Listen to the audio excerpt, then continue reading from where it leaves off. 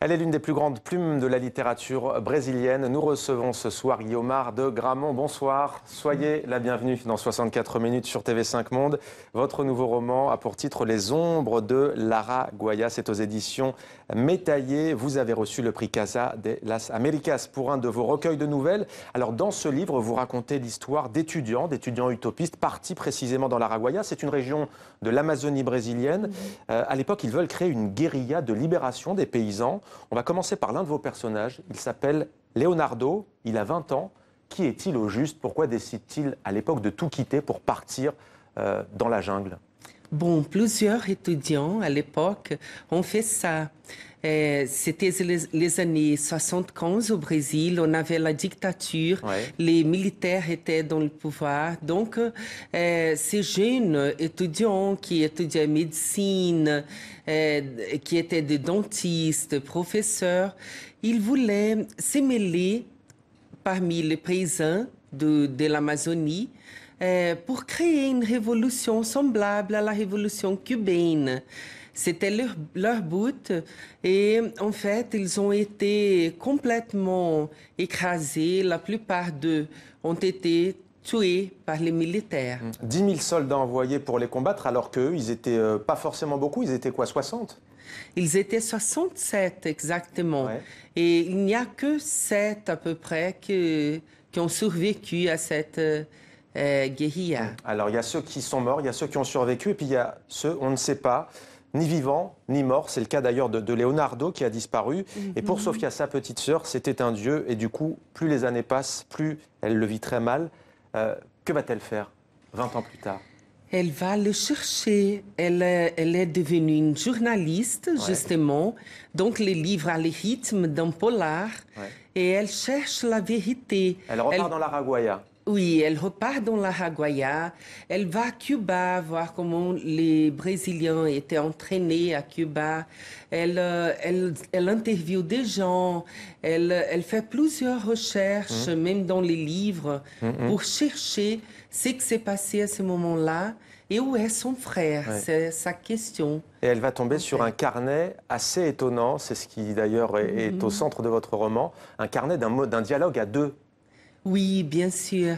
C'est d'abord un homme qui parle, qui on ne sait pas qui est, mais là, je peux raconter, c'est vraiment... Elle va découvrir. Pas tout dire. Bon. Non, allez-y, allez-y. Oui, elle va découvrir l'identité de l'auteur de ces carnets. Et le carnet a été repris à partir du récit d'une femme, guerrière aussi, pour avoir deux points de vue différents sur l'Amazonie. Et d'ailleurs, cette Amazonie, vraiment, vous nous y plongez.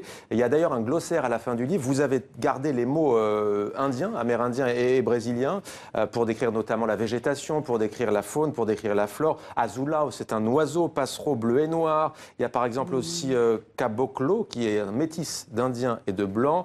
Il y a aussi le colabo, le mouchard, c'est batepao. J'espère que je prononce bien. Pourquoi est-ce que vous avez voulu nous transporter? Est-ce que ce soit aussi imagé? Bon, la forêt amazonienne, c'est vraiment mythique, même pour nous.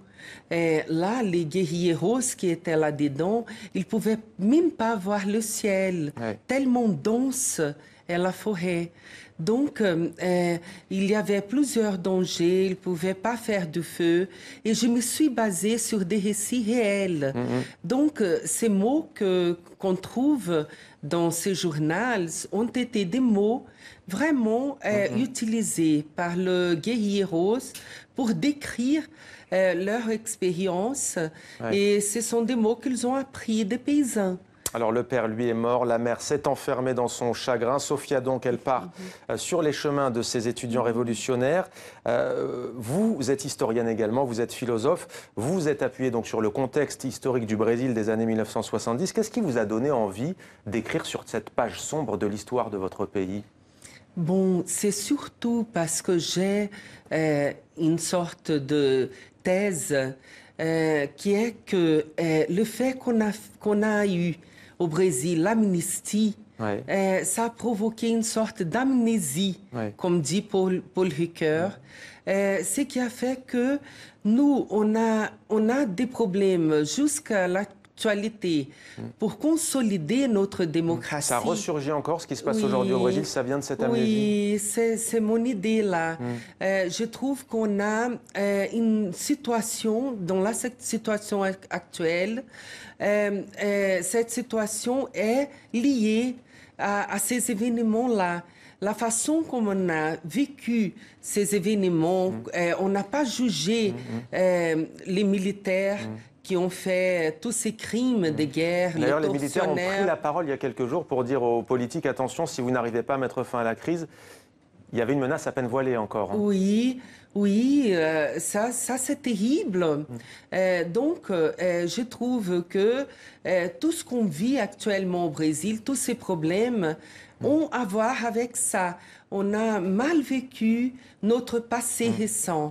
On n'a pas, en Argentine, au Chili, au Uruguay, C'est vrai qu'on parle beaucoup des disparus. Il y a eu des commissions justice et réconciliation, justice et vérité. D'ailleurs, ce livre, vous le dédiez aux familles de tous les disparus politiques du Brésil, surtout à leurs mères et à leurs sœurs. Et vous citez aussi Antigone de Sophocle. Son frère gisait sans sépulture. Elle ne voulait pas qu'il fût dévoré par des chiens affamés ou par des charognards. Sa sœur, à Leonardo, Sophie, c'est votre Antigone? Oui, Sophia, c'est une Antigone, en fait. Elle cherche son frère disparu. On n'a pas eu encore à enterrer. Pour faire le deuil. Il n'y a pas le deuil, il n'y a pas une conclusion. Elle et sa mère, elles attendent toujours que le frère et le fils reviennent. Donc, ils n'ont pas pu, par exemple, partager l'héritage parce qu'il y a des problèmes administratifs. Juste en quelques mots pour finir, merci beaucoup d'avoir répondu à cet entretien en français. Quel est votre rapport à la langue française? Vous portez un prénom, vous me le disiez, Guillaumard, qui est un prénom du Moyen-Âge français. Quel est votre rapport à la langue de Molière? Bon, ma grand-mère était fille de Français, donc je descends de Français. Mais en fait, j'étudiais ici à l'école des hautes études les années 2000.